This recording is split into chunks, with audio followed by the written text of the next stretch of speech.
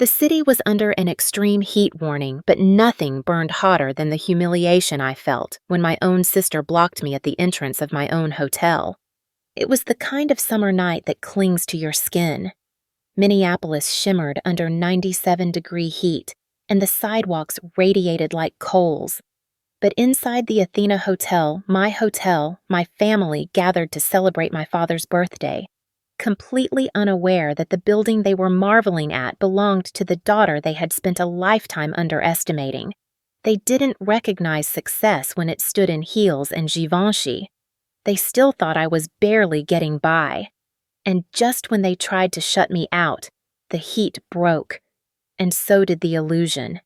Now, let me show you how I turned years of dismissal into undeniable triumph. I'm Abigail Thompson, 32, and I never imagined my father's birthday celebration would become the night my family finally learned the truth about my success. For years, my parents and sister, Stephanie, dismissed my career aspirations, believing I'd never amount to anything significant. They had no idea I owned the luxury hotel where we stood, until that moment when my sister physically blocked me from entering, claiming I couldn't afford such an upscale establishment. My mother's whisper, "Don't embarrass us," still echoed as my security chief approached. If you're watching this, drop a comment letting me know where you're viewing from. Hit that like button. And subscribe if you've ever been underestimated by the people who should believe in you most. Now, let me take you back to where it all began. Growing up in suburban Minneapolis, I was always the odd one out in my family. My parents, Richard and Diana Thompson, ran a moderately successful accounting firm, providing us with a comfortable upper-middle-class lifestyle. My sister, Stephanie, 2 years younger than me, became the golden child almost from birth.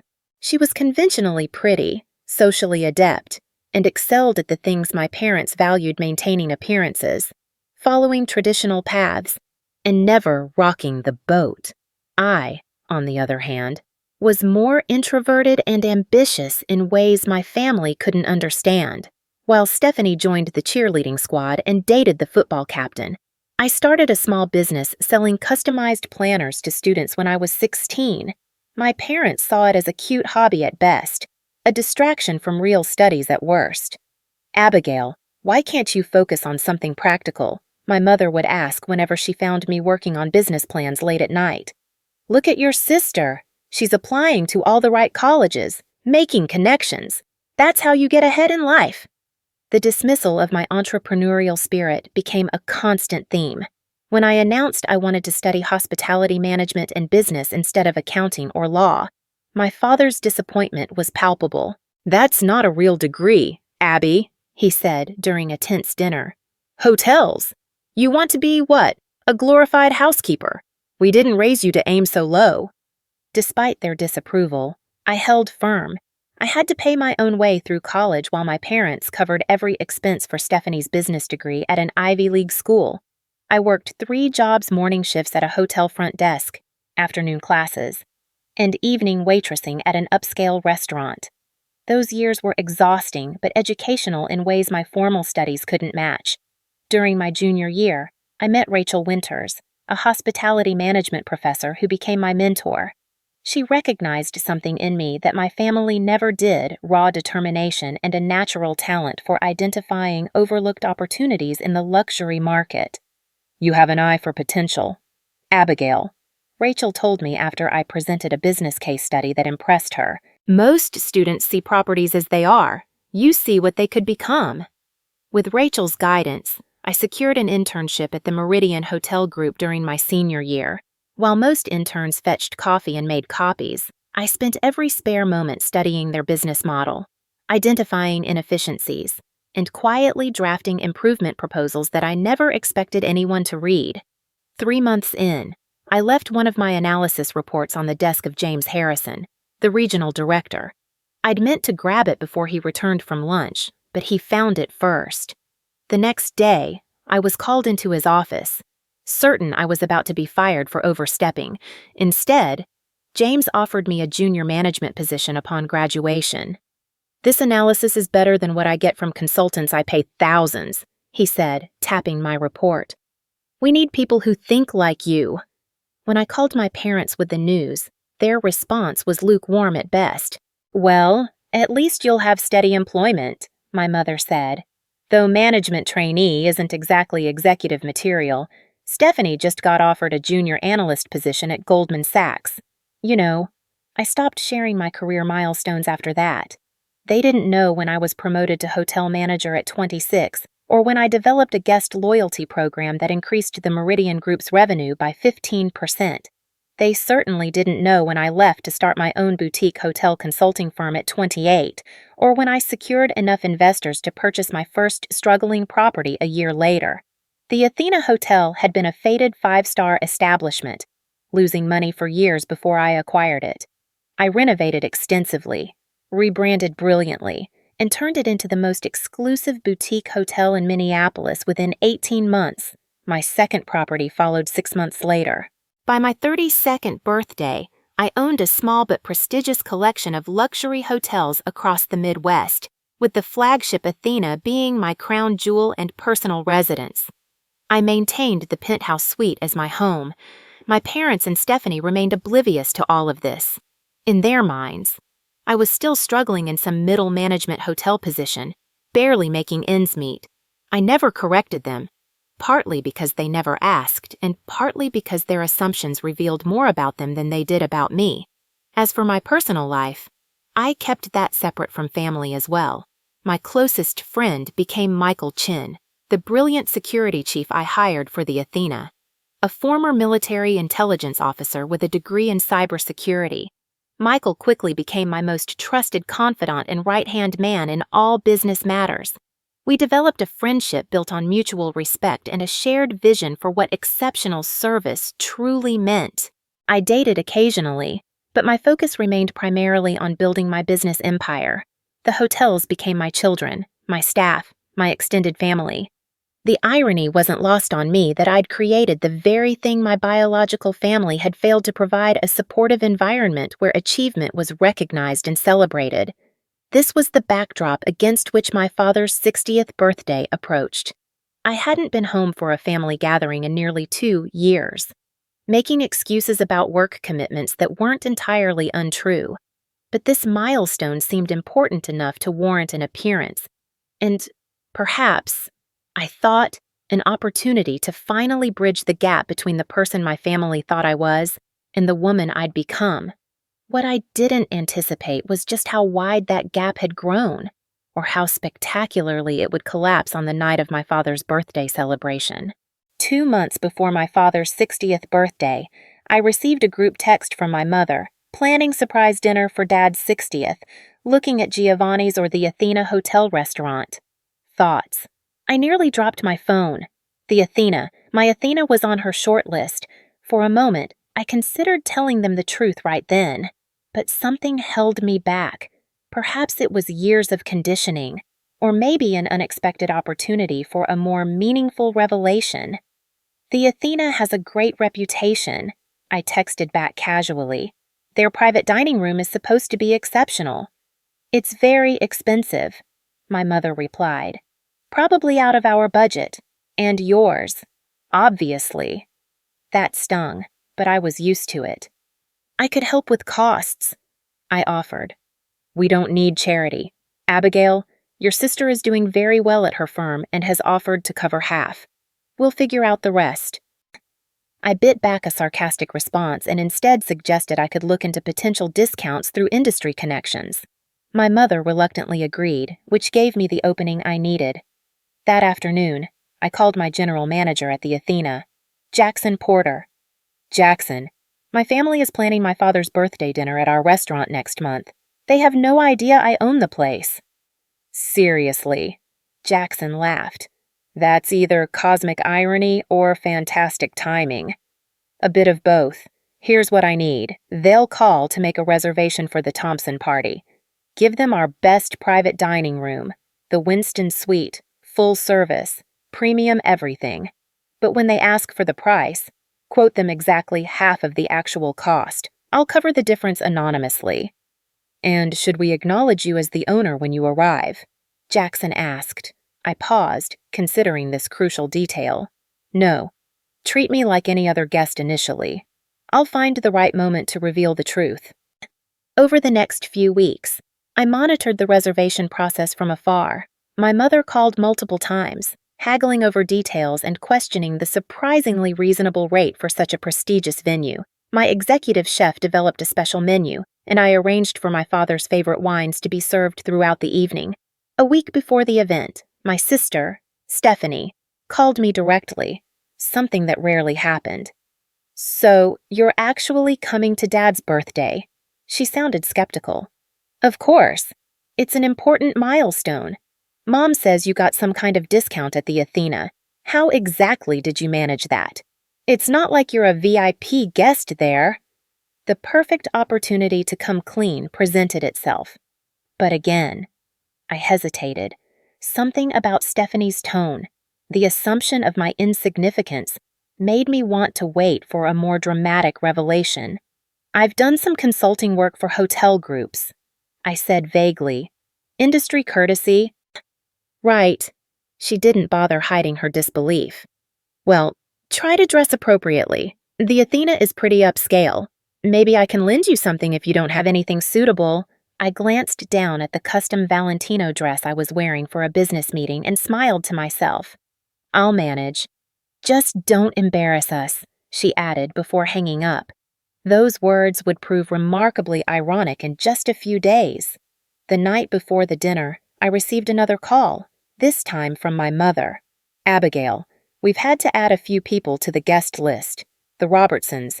You remember Jim Robertson, your father's golf partner, and the Clarks from the neighborhood association.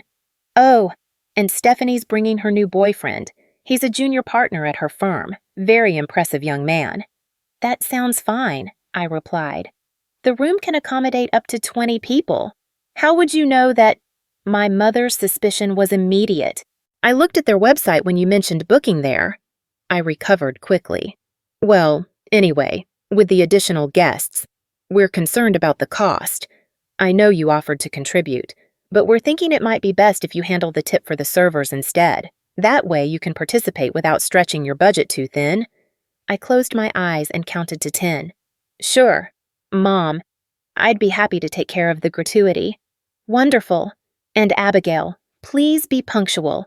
The reservation is at 7 sharp, and you know how your father hates tardiness." After hanging up, I sat in my office overlooking the Minneapolis skyline, contemplating the following evening. Part of me felt childish for not simply telling my family the truth about my success. Another part recognized this as the perfect opportunity to address years of dismissal and disrespect. I called Michael, my security chief, and outlined a plan for the following evening. His deep laugh echoed through the phone. "You're sure about this approach?" he asked. "It's a bit theatrical." "Sometimes a demonstration is more effective than an explanation," I replied. "Besides, they've written their own script for this scenario. I'm just following their lead to its natural conclusion." "As always, I've got your back," Michael assured me.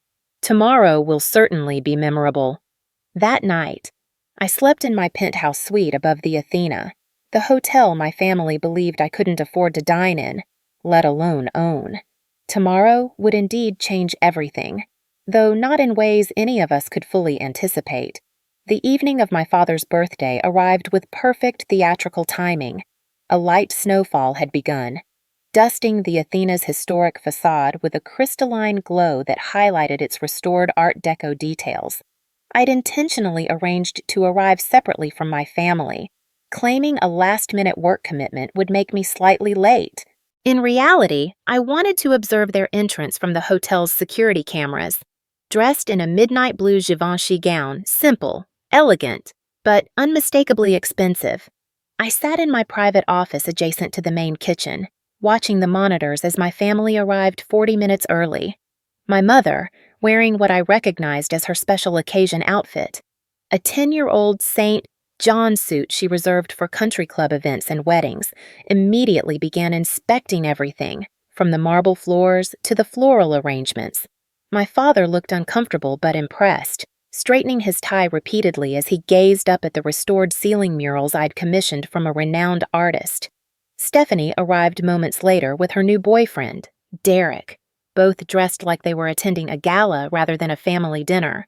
She immediately took charge, speaking loudly to the concierge and gesturing dramatically as though she belonged there and was doing everyone a favor by explaining how things should be handled.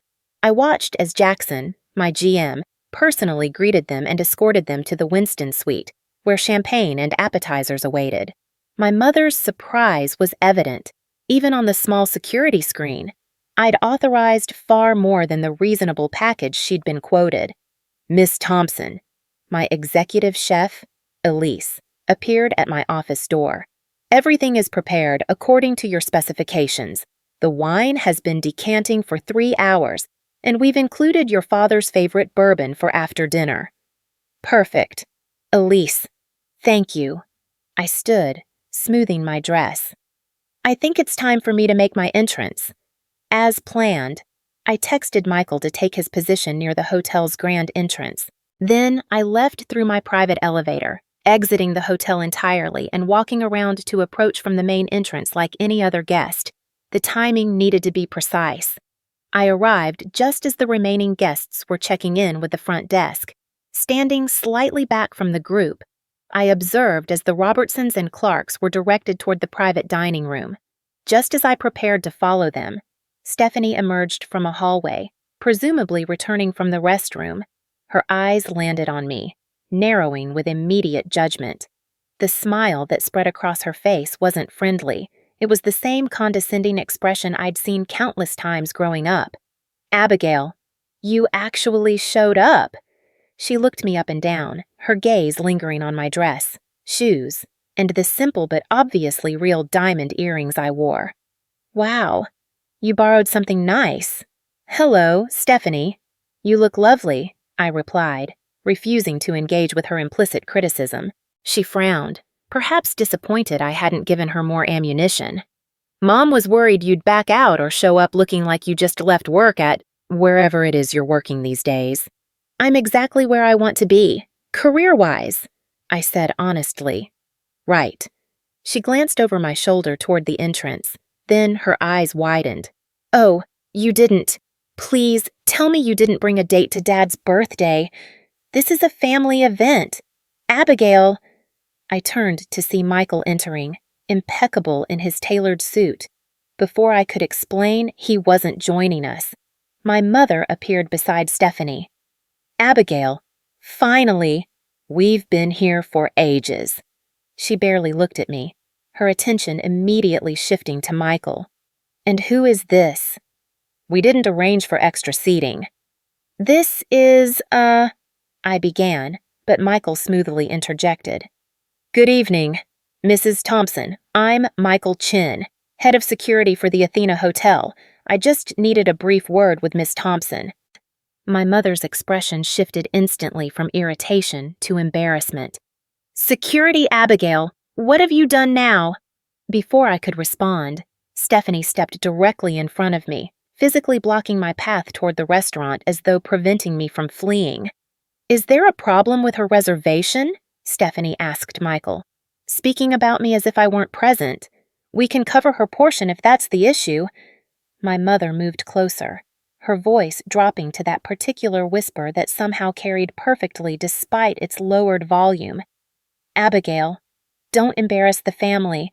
If you're having financial problems again, you should have said something before coming to a place like this. The lobby had grown quiet, with several guests and staff pausing to observe the unfolding drama. Jackson had appeared near the restaurant entrance, watching with barely concealed amusement. He caught my eye, raising an eyebrow in question. I gave him an almost imperceptible nod. Actually, Michael said, his professional tone unwavering. I wanted to inform Miss Thompson that her special requests for the evening have been arranged according to her specifications. Special requests? My mother looked confused. What special requests? Stephanie rolled her eyes. Mom, she probably asked for the cheapest wine option or something. Can we please go back to the party Derek is telling Dad about his new BMW? She turned, attempting to guide my mother away while still blocking my path. That's when Michael cleared his throat loudly. "Mrs. Thompson, Miss Stephanie, perhaps you're unaware that you're currently preventing the owner of this establishment from entering her own property." The silence that followed was absolute. My mother froze mid-step, while Stephanie slowly turned back toward me, her expression caught between disbelief and dawning horror. "Excuse me," my mother finally managed. Jackson chose that perfect moment to approach, extending his hand to me with practiced deference. "Miss Thompson, everything is prepared for your father's celebration. The chef has included all your requested items, and the 1962 Bordeaux you selected from your personal collection is exceptional with the prime rib." My mother's face had drained of color. "Your personal collection," I smiled, finally stepping around my stunned sister. "Yes, Mom. From my wine cellar here at the Athena, I've been meaning to tell you both. I own this hotel, and the Meridian downtown, and 4 others across the Midwest." Stephanie's mouth opened and closed without a sound. My mother grabbed the nearest chair for support. That's not possible," she finally whispered. "And yet, here we are."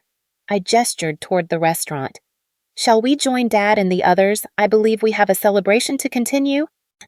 As we walked toward the private dining room, the hotel staff we passed all greeted me by name, with the respect reserved for not just any owner, but one they genuinely admired.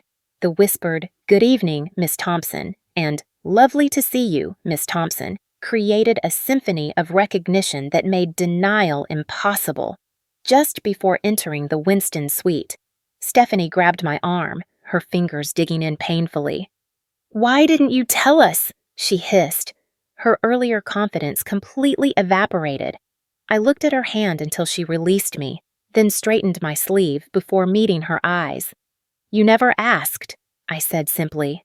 "None of you ever asked." Then I pushed open the doors to greet my surprised father, whose expression shifted from confusion to astonishment as the staff welcomed me not as a guest, but as their boss. The evening had only just begun. The remainder of my father's birthday dinner unfolded like a surreal play, where half the cast had received an entirely different script. My father, initially shocked into silence by the staff's deference toward me, recovered more quickly than my mother or sister, his surprise gradually transforming into something resembling pride as the evening progressed.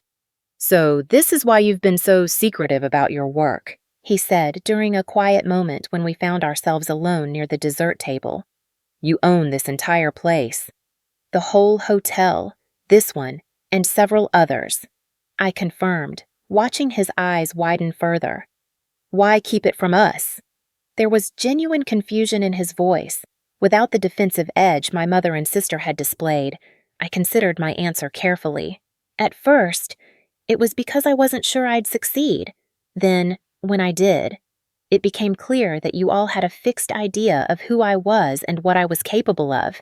After a while, it just seemed easier to let you believe what you wanted to believe. He nodded slowly, looking troubled. "I suppose we haven't given you much reason to share your successes." It was the closest thing to an acknowledgement of their dismissive treatment I'd ever received from any family member. Before I could respond, my mother approached, her social mask firmly back in place after her initial shock.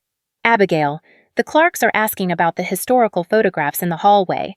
Since you apparently know everything about this place, perhaps you could enlighten them." Her tone was brittle, her smile fixed. As I excused myself to speak with the guests, I overheard my father asking her, "Did you have any idea about this?" "Of course not," she replied tersely. "She's deliberately kept us in the dark to create this spectacle." The remainder of the evening continued in this vein, my mother maintaining a rigid pleasantness while shooting me looks that fluctuated between disbelief and betrayal. Stephanie oscillating between awkward attempts to align herself with my newfound status and sullen withdrawal, my father growing increasingly fascinated with each revelation about my business empire.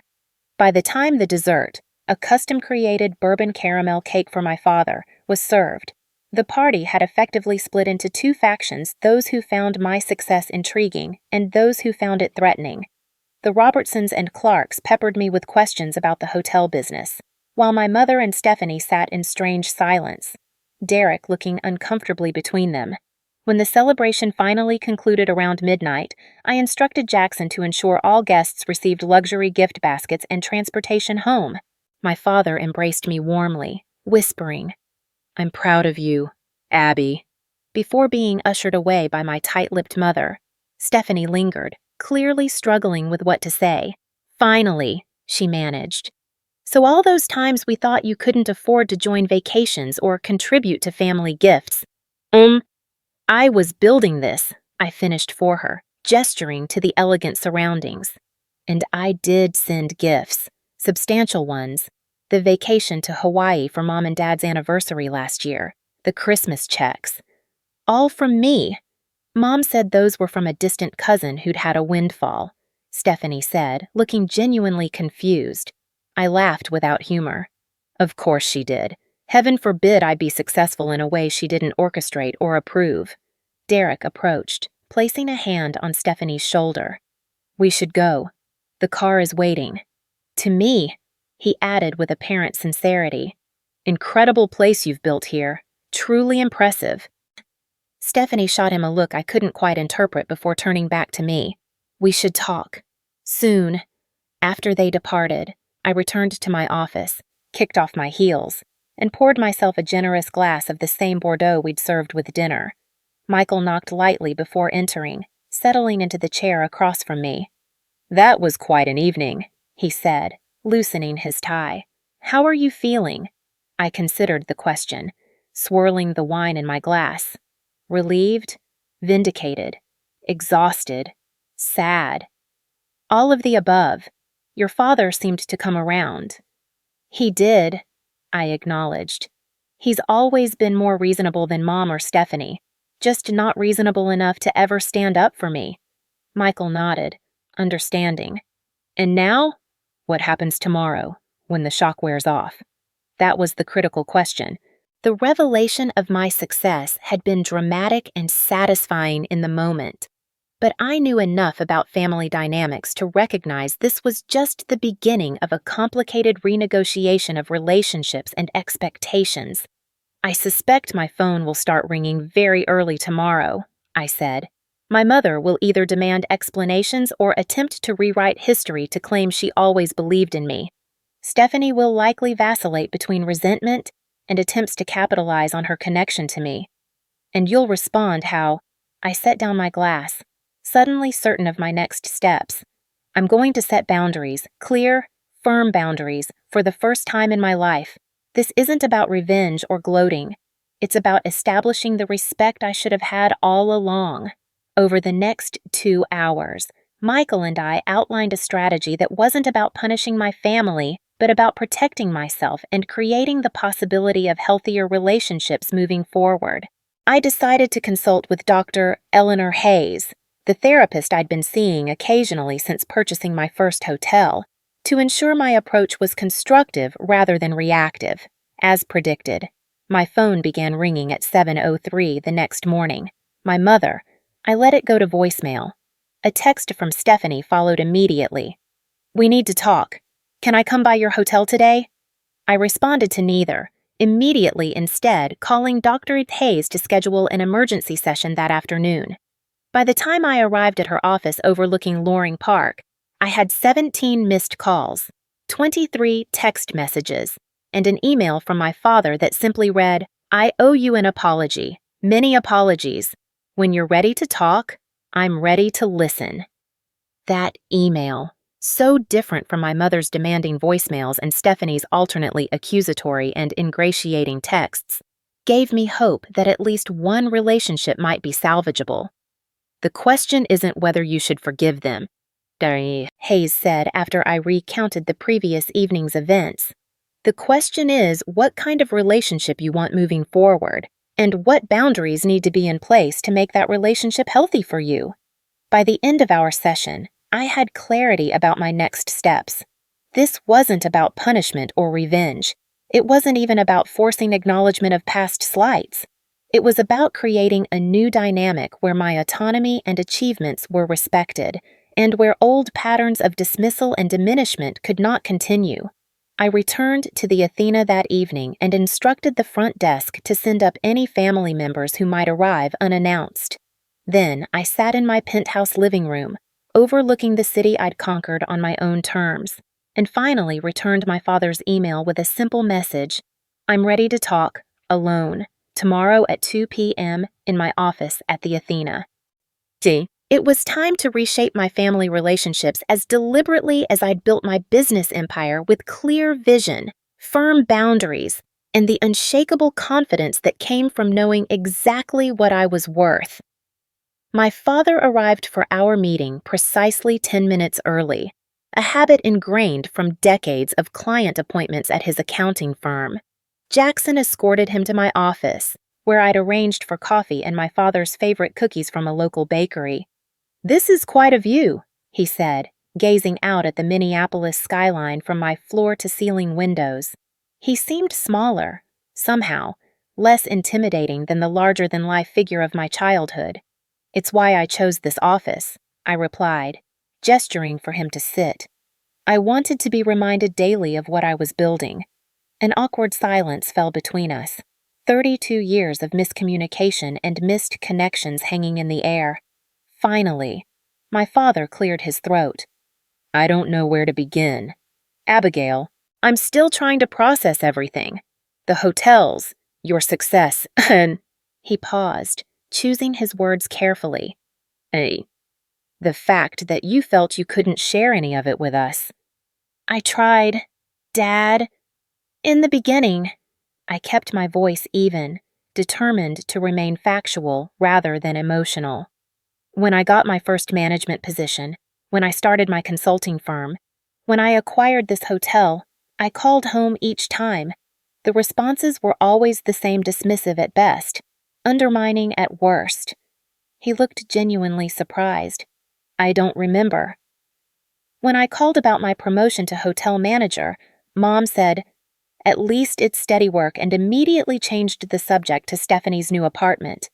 When I mentioned starting my consulting business, you asked if I had a backup plan for when it fails. After a while, it seemed pointless to share my milestones." My father's face flushed with recognition and shame. "I remember now. I didn't realize." "I thought we were being practical, encouraging you to be realistic. You were practical and realistic with me. You were ambitious and encouraging with Stephanie." I kept my tone matter-of-fact, not accusatory. "Different standards, different expectations, different support." He didn't deny it, which surprised me. Instead, he nodded slowly. "Your mother and I, we understood Stephanie's path. The corporate ladder, the networking, the traditional markers of success. Your interests seemed so..." He struggled for the word. "Unconventional," I suggested. "Yes, we worried. Perhaps we protected our own comfort by doubting yours." He looked up, meeting my eyes directly for what felt like the first time in years. "I was wrong. We were wrong. What you've built here is extraordinary. Abigail." The acknowledgement, so simple, so overdue, hit me with unexpected force. I blinked back sudden tears.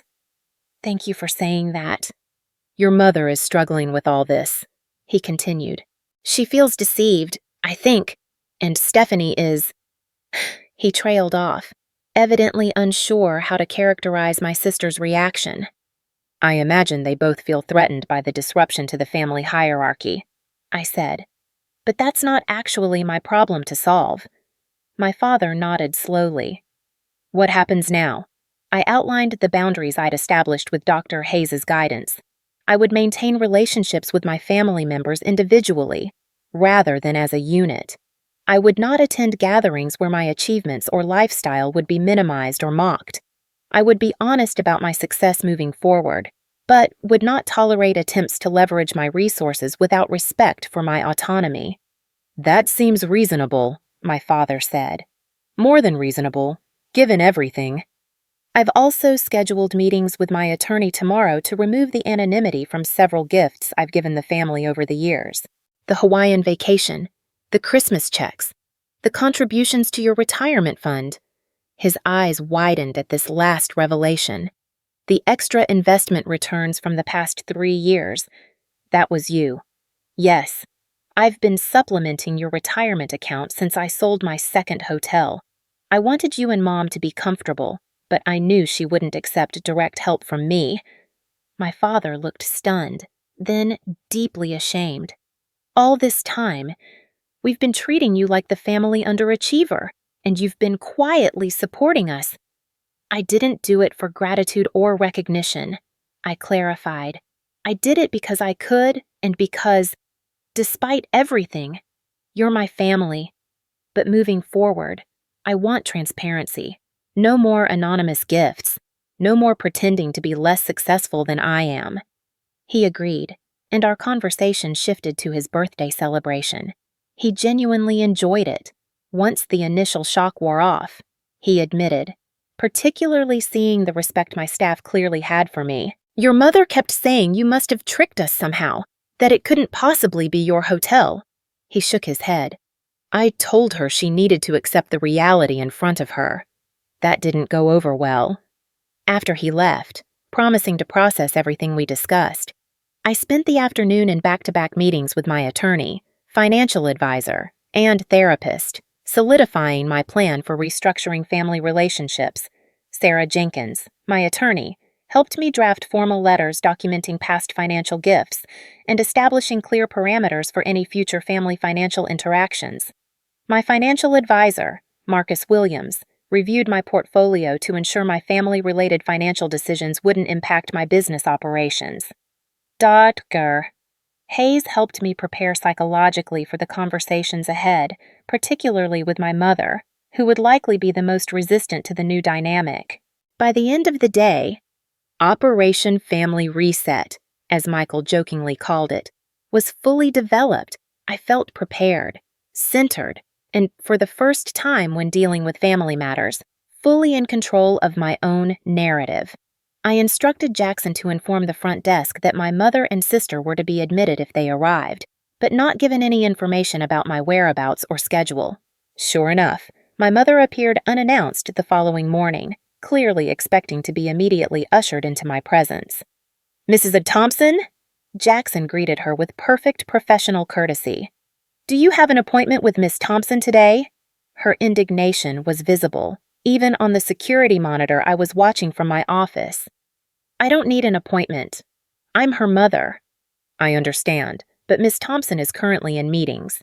I'd be happy to check her availability later today or schedule something for tomorrow. The boundary, so simple, so standard for anyone else, was clearly shocking to her. After several minutes of increasingly agitated protest, she finally left, but not before informing Jackson that she would deal with Abigail directly about this ridiculous situation. She called immediately upon leaving the hotel. This time, I answered. Hello, Mom? What on earth is going on? Abigail, I just came to see you at this hotel of yours, and I was treated like some sort of stranger. You were treated like any other visitor without an appointment, I corrected gently. I run a business. Mom, I have meetings, responsibilities, schedules. I'm your mother. I shouldn't need an appointment to see my own daughter. Would you drop by Stephanie's law firm and expect to be immediately shown to her office? The silence on the other end told me the point had registered. This is different, she finally said, but with less conviction. It's really not. My business, my career, my professional standing, they all deserve the same respect you've always given Stephanie's. Another pause. We need to discuss what happened at your father's birthday. As a family. I'm happy to talk with you, Mom, but not until you're ready to acknowledge some uncomfortable truths about how you've treated me and my career choices over the years. This isn't about… It's exactly about that, I interrupted firmly. I'm not angry, and I'm not trying to punish anyone, but I am establishing boundaries that should have been in place long ago. By the end of our conversation, we'd agreed to meet the following week with Dr. Hayes present as a mediator. It wasn't an ideal solution from my mother's perspective, but she'd recognized I was no longer the daughter who could be dismissed or manipulated. Stephanie proved more adaptable, if not more sincere. She arrived at the Athena that afternoon, Derek in tow, requesting a tour of my sister's amazing hotel. The pivot from condescension to sudden sisterly pride was transparent, but I decided to accept it as a starting point. As I showed them around, Stephanie peppered me with questions about the business, the clientele, the profit margins, clearly calculating the full extent of my success.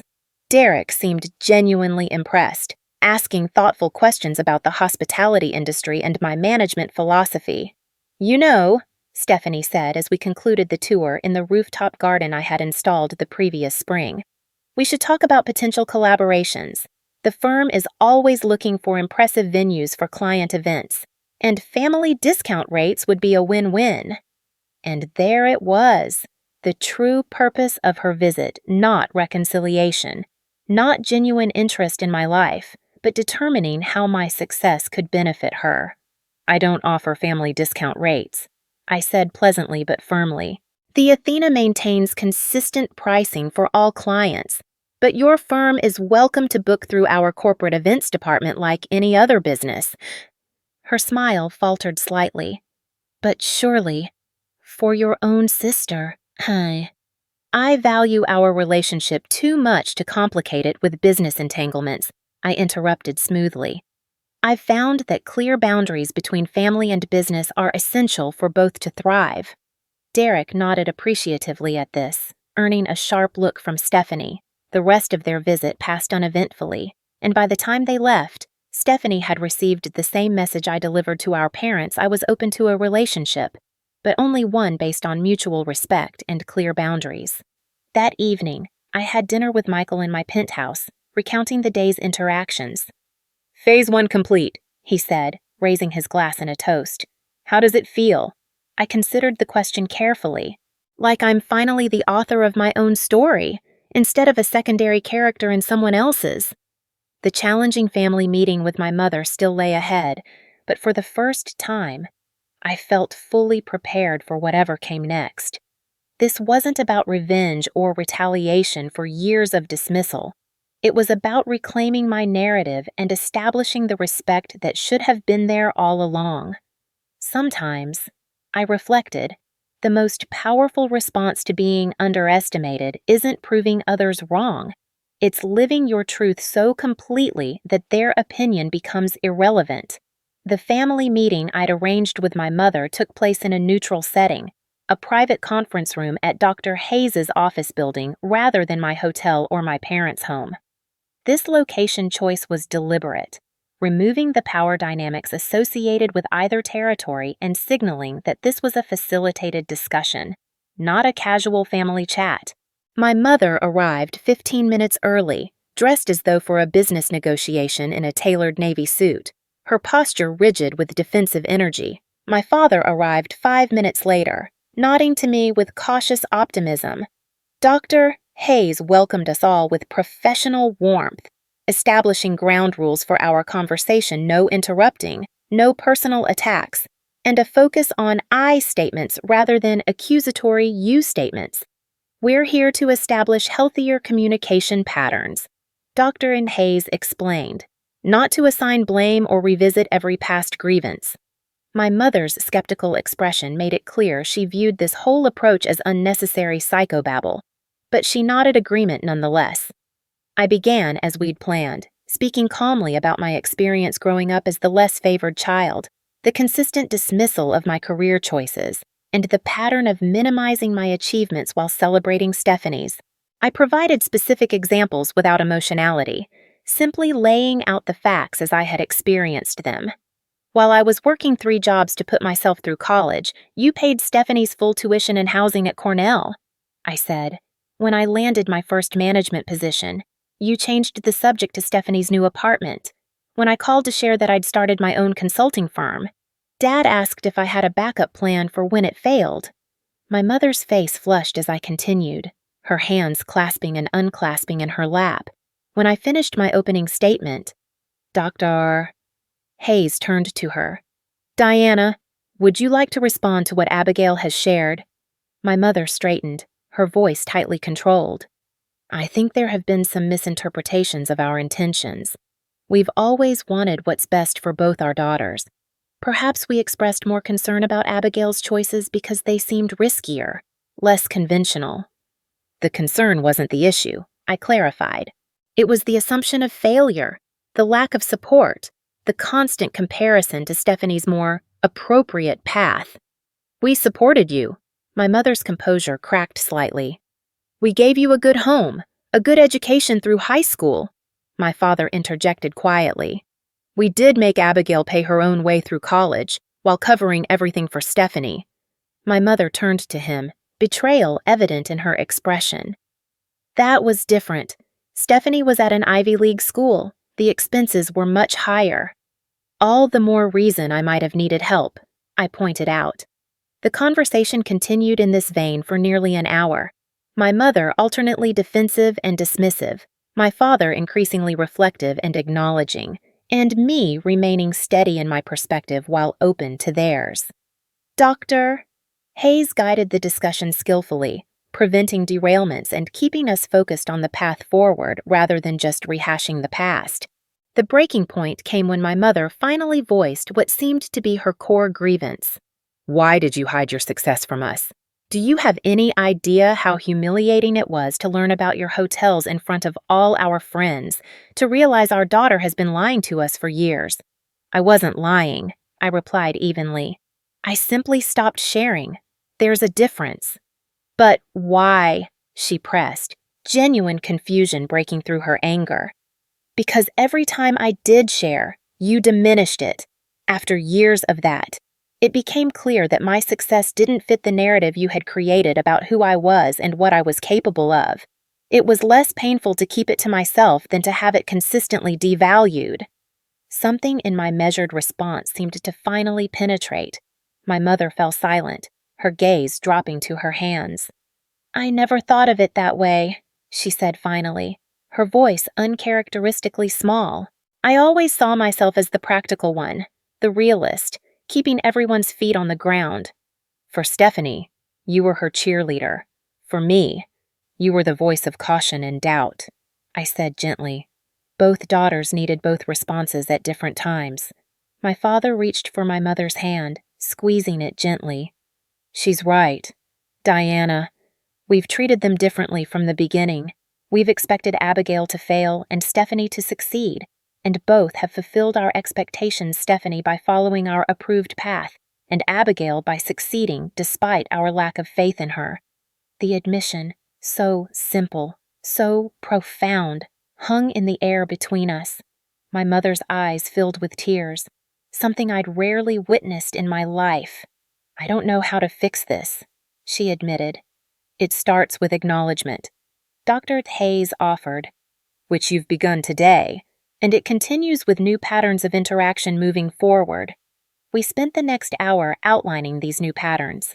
My parents would respect my professional boundaries, acknowledge my achievements without qualification, and cease comparing my path to Stephanie's. I would maintain honesty about my life and success rather than withdrawal. We would build a relationship based on who we actually were, rather than outdated family roles and expectations. And Stephanie, my mother asked eventually, she's struggling with all this, too.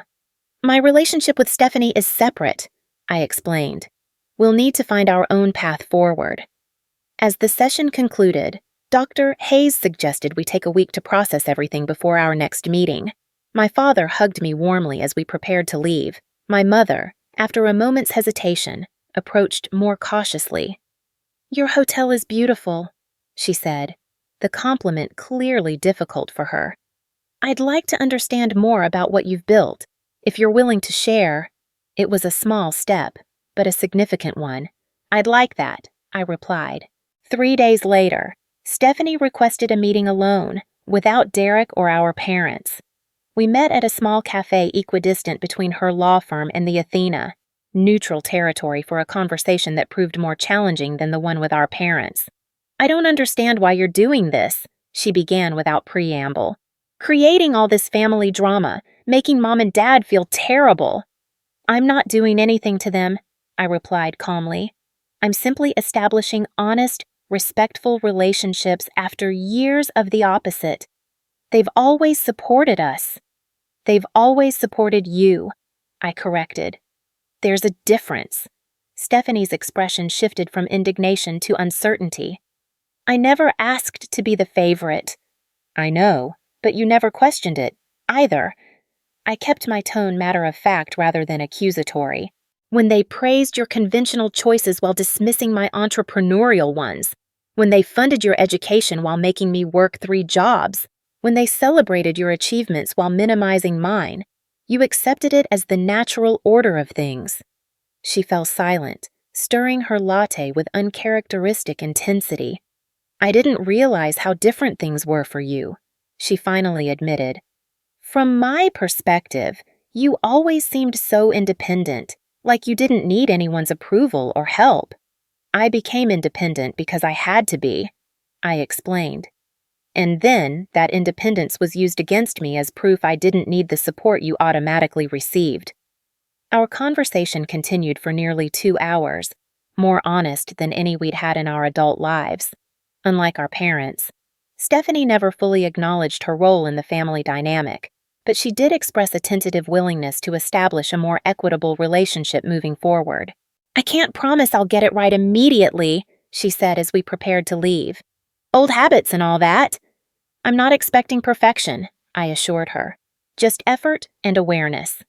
The following week brought a series of small but significant shifts. My father called to ask detailed questions about my business model, genuinely interested in understanding my work. My mother sent a handwritten note apologizing for her reaction at the birthday dinner and requesting a proper tour of the Athena. "When you have time in your schedule," Stephanie texted about meeting for lunch without any ulterior motive of discussing potential business connections. Michael observed these changes with measured optimism when we met for our weekly business dinner. "Family dynamics don't transform overnight," he cautioned. "There will be backsliding, old patterns reasserting themselves." "I know," I acknowledged. "But for the first time, I feel like they're seeing me, the real me, not the version that fits their predetermined narrative." "And if they revert to type," he asked, ever the pragmatist. "Then I maintain my boundaries," I said with newfound certainty. "The difference now is that I've made those boundaries explicit, so crossing them becomes a choice, rather than an unconscious habit." The true test came a month later when my mother organized a family dinner at their home, the first since my father's birthday revelation. I arrived prepared for potential regression, but was pleasantly surprised to find subtle but meaningful changes in the dynamic. My mother had placed several framed articles about me and my hotels on the living room wall, alongside Stephanie's law school diploma and firm partnership announcement. My father asked for my opinion on a potential investment opportunity, valuing my business acumen in a way he never had before. Even Stephanie made an effort, mentioning a client who had stayed at the Athena and raved about the experience. The most telling moment came during dessert when my mother mentioned a fundraising gala she was helping organize. "We'd love to have your support, Abigail," she said, then, catching herself, added, "Not because of your resources, but because it's a cause I think would interest you, given your involvement with women's entrepreneurship programs." It was a small adjustment in language, but it represented a significant shift in perception, acknowledging my philanthropic interests rather than just my financial capacity, seeing me as a person with values and priorities rather than merely a resource to be tapped. As I drove home that evening, I reflected on the journey of the past few months. The revelation at my father's birthday dinner had been dramatic, even theatrical. But the real work had happened in the quieter moments afterward, the honest conversations, the established boundaries, the gradual rebuilding of relationships on more authentic foundations. The revenge I'd initially contemplated after years of dismissal had transformed into something far more valuable, genuine recognition and respect. Not because I owned luxury hotels or had achieved financial success, but because I had finally demanded acknowledgement of my worth beyond those external markers. The family dynamics weren't perfect, nor would they ever be, but they had shifted from automatic dismissal to conscious effort, and in family relationships, that movement represented a revolution of sorts. As I entered my penthouse that night, I felt a sense of peace that had eluded me for years. The view of Minneapolis spread before me, lights twinkling against the night sky, a visual reminder of all I had built despite the doubts and dismissals. Some might say living well is the best revenge, but I had discovered something more powerful: living authentically is the best resolution. 6 months after the revelations at my father's birthday dinner, I stood on the balcony of my penthouse suite, watching the sunset over Minneapolis. The city glowed golden in the fading light, a beautiful backdrop for reflecting on how dramatically my family relationships had transformed since that pivotal night. The changes hadn't been instantaneous or seamless. There had been setbacks, moments when my mother slipped into old patterns of comparison, when Stephanie's competitive nature resurfaced, when the ingrained dynamics of our family threatened to reassert themselves. But the difference now was that these instances were recognized, addressed, and corrected, rather than accepted as inevitable. My relationship with my father had improved the most significantly. Free from my mother's stronger personality, he had begun visiting the Athena regularly, genuinely curious about my business operations. He'd even started offering accounting advice when requested, not with the patronizing tone of the past, but with professional respect for a fellow business owner. "I never gave you enough credit," he admitted during one of our monthly lunch meetings. "I was so focused on traditional paths to success that I couldn't recognize you were pioneering a better one." My mother's transformation had been more measured but still meaningful. She no longer dismissed my career or compared me unfavorably to Stephanie, though I sometimes caught her struggling to fully comprehend the scope of what I'd built. The critical difference was her willingness to try to ask questions, to acknowledge her limited understanding, to visit my properties with genuine interest rather than skepticism. "I've been recommending the Athena to everyone at the country club," she told me proudly during a recent phone call.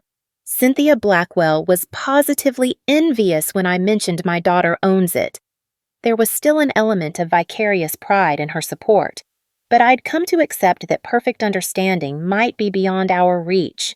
The improvement from dismissal to imperfect support represented significant progress.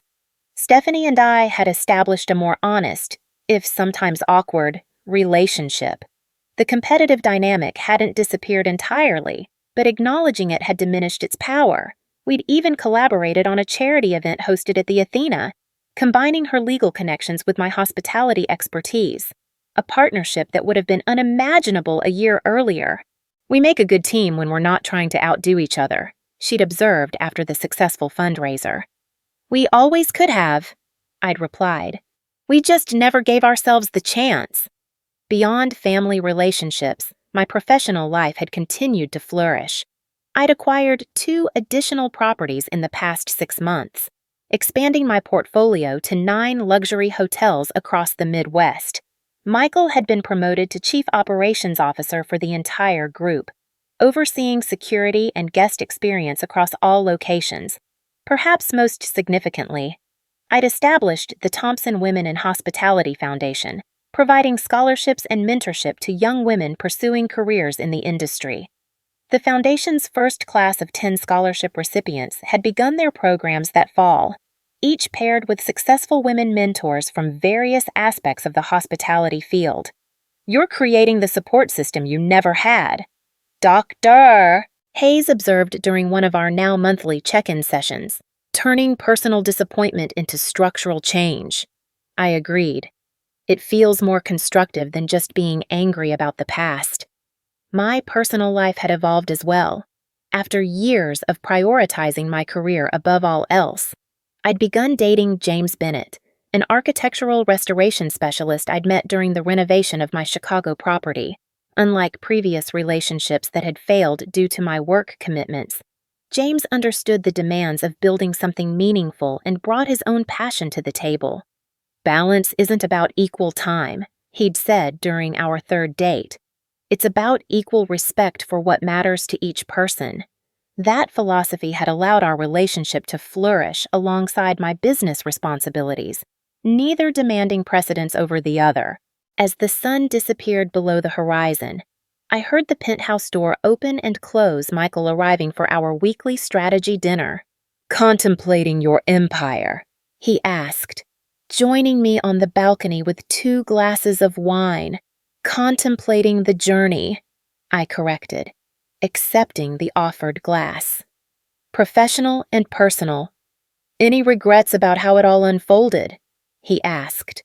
The dramatic revelation rather than a quieter approach. I considered this question carefully. I think the drama was necessary. My family had spent decades comfortably dismissing me. Comfort needed to be disrupted before real change could begin.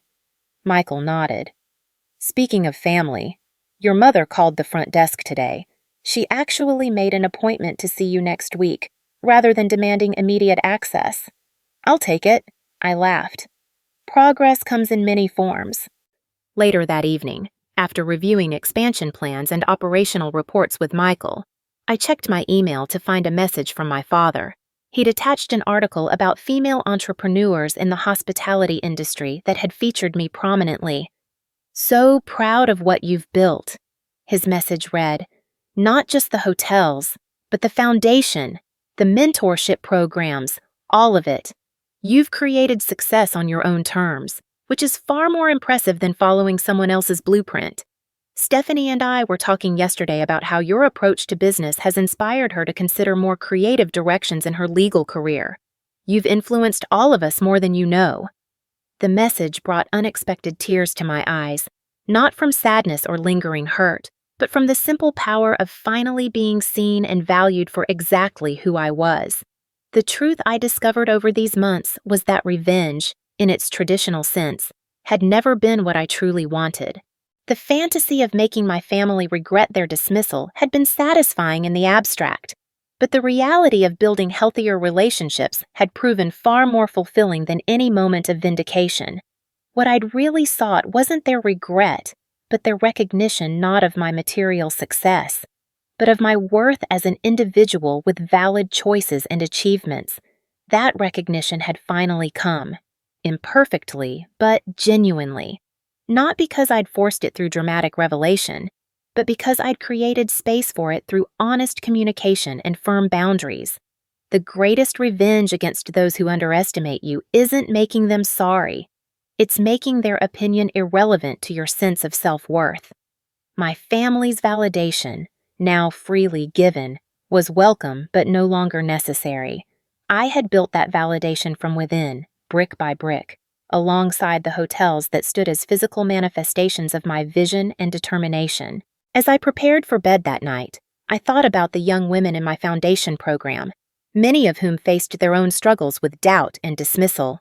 The most valuable thing I could offer them wasn't just financial support or professional connections, but the understanding that other people's limitations should never become their own.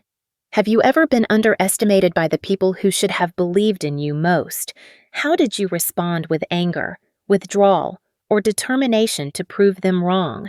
Drop a comment below with your experience. And don't forget to like, subscribe, and share this video if my story resonated with you. Sometimes the most powerful lessons come from our most painful experiences, and I'm grateful to each of you for allowing me to share mine. Until next time, remember that true success isn't measured by others' recognition, but by the life you build on your own terms.